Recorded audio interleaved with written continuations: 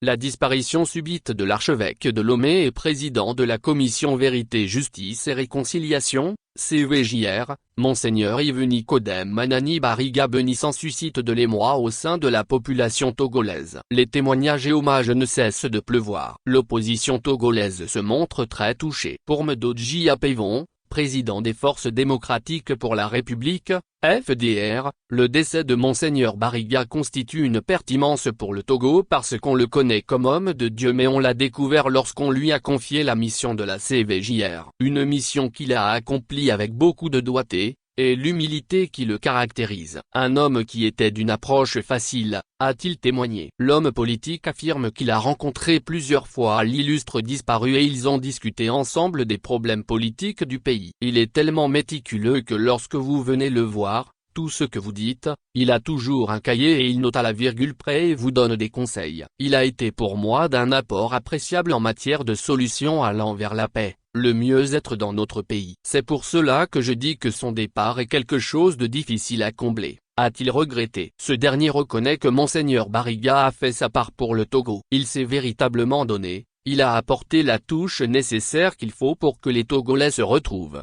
se réconcilient, pour que la paix règne dans ce pays, pour que les problèmes politiques se règlent de manière efficiente. Il a fait sa part. À nous autres, aujourd'hui vivants, de faire la nôtre, a exhorté Medoji Apevon. À l'Alliance nationale pour le changement, la nouvelle a été accueillie avec beaucoup de tristesse. C'est avec une immense tristesse que nous avons appris le décès de Monseigneur Bariga. Lan et moi présentons nos sincères condoléances à ses parents puis à la communauté catholique et à la haute hiérarchie de l'Église catholique du Togo, s'est exprimé Jean-Pierre Fabre, président de Lan. L'ex-bras droit de Gilles-Christ Olympio affirme avoir beaucoup d'affection pour le prélat. J'avais beaucoup d'admiration pour sa sincérité, son courage dans les missions politiques qu'il a conduit. Il a dirigé la CVJR et puis il a eu des rôles dans les négociations opposition-pouvoir en sa qualité d'archevêque métropolitain de Lomé. Beaucoup d'admiration pour son courage dans ses missions mais également et surtout son brio dans l'expression de sa pensée. Il écrivait bien.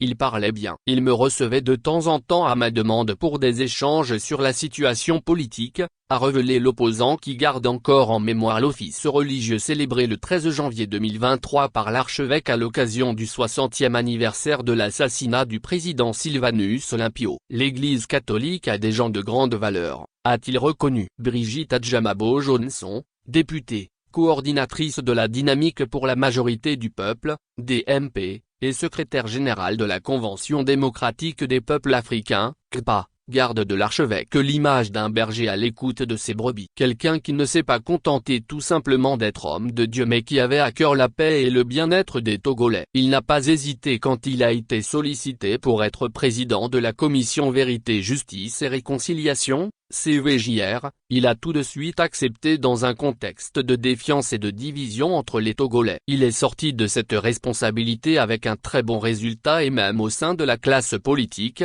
ceux qui doutaient de lui ont apprécié le rapport qu'il a sorti. Il a fait son travail avec objectivité et depuis lors, il a toujours eu le souci de voir appliquer les recommandations de la CVJR. Il ne s'est jamais désintéressé de la situation politique, a-t-elle commenté. L'opposante se dit être redevable envers le défunt. Je n'oublierai jamais que lorsque Gérard Jossou et moi avions été arrêtés, il n'a pas hésité à intervenir en notre faveur en faisant publier un communiqué dans lequel il a eu le courage de dire que nous connaissant en tant que chrétiens catholiques, il ne nous pensait pas capables d'avoir fait ce qu'on prétendait que nous avions fait. Je lui dois la vie personnellement. Je pense que tous les Togolais reconnaîtront que c'est un homme de paix, un homme très doux, très diplomate qui dit les vérités sans choquer. Qu'il repose dans la paix du Seigneur, a déclaré Brigitte Adjamabo Johnson. Pour sa part, Géritama, dans un hommage publié sur sa page Facebook affirme que Monseigneur Bariga était le meilleur. Il avait la rhétorique, cette capacité à dire de grandes vérités avec ses phrases toutes simples. Il voulait de belles choses pour notre pays. Je ne crois pas que cet objectif soit atteint. La réconciliation pour laquelle il s'est